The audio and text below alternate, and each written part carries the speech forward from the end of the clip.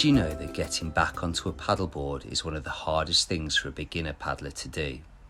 Falling off the board and being immersed in cold water can become a safety issue. It can be hard to get back on and you can get frustrated and tire out.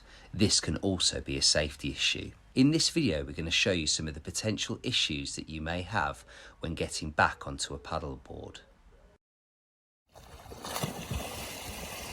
The first problem will be where the legs go underneath the board, so the paddler is unable to get their chest back onto the deck.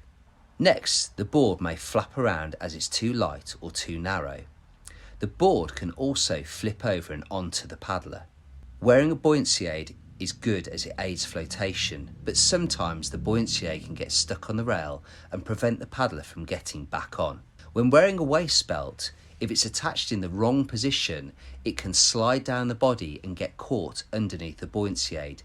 This can make it difficult to get the waist belt off.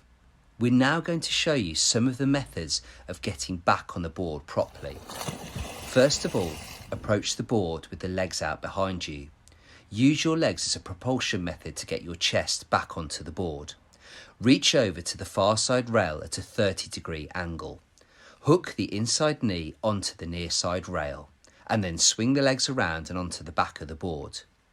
Inside tip: when using a hardboard, it can be easier to get back on rather than an inflatable board.